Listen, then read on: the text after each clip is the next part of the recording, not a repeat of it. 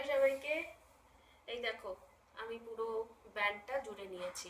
আমি 6টা করেছিলাম এইটা গ্র্যানি স্কোয়ার, কিন্তু আমার কেন জানি না মনে হলো কি আমার এটা ছোট পড়তে পারে। তো সেই জন্য আমি আরো দুটো বানিয়ে নিয়েছি, মানে টোটাল 8টা। তোমরা তোমাদের মাথার সাইজটা দেখে নেবে পরে, যদি লুজ মনে হয় তাহলে 7টা দেবে, যদি বড় বেশি মনে হয় তাহলে 9টা দেবে। সেটা তোমাকে তোমার মাথার সাইজ দেখে, মানে এইরকম করে গোল করে পরে একবার দেখে নিতে হবে পুরোটা সেলাইয়ের আগে।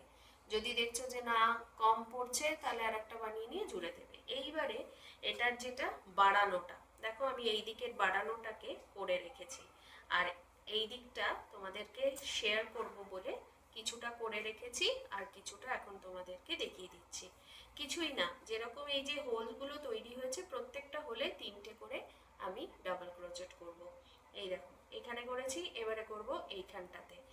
এই যে দুটো গ্র্যানি স্কোয়ারকে জুড়ে যে এই হোলটা তৈরি হয়েছে এখানে কিন্তু পড়বে না, তাহলে কিন্তু সেলাইটা লুজ হয়ে যাবে। তোমাদেরকে দেখিয়ে দিই, শুধু স্কোয়ারগুলোর ভেতরেই যে স্কোয়ার মানে হোলগুলো আছে সেগুলোতেই তৈরি করবে।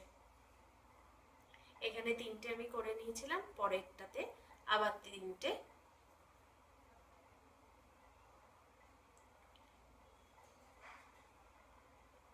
এই যে এইভাবে 3টে 3টে 3টে করে, এবার তুমি যতটা উঁচু চাও ততটা উঁচু।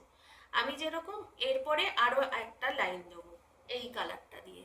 তুমি চাইলে এরপরে এতটা চওড়া করতে পারো, দুটো লাইন দিতে পারো, 5টা লাইন দিতে পারো, সেটা তোমার উপরে।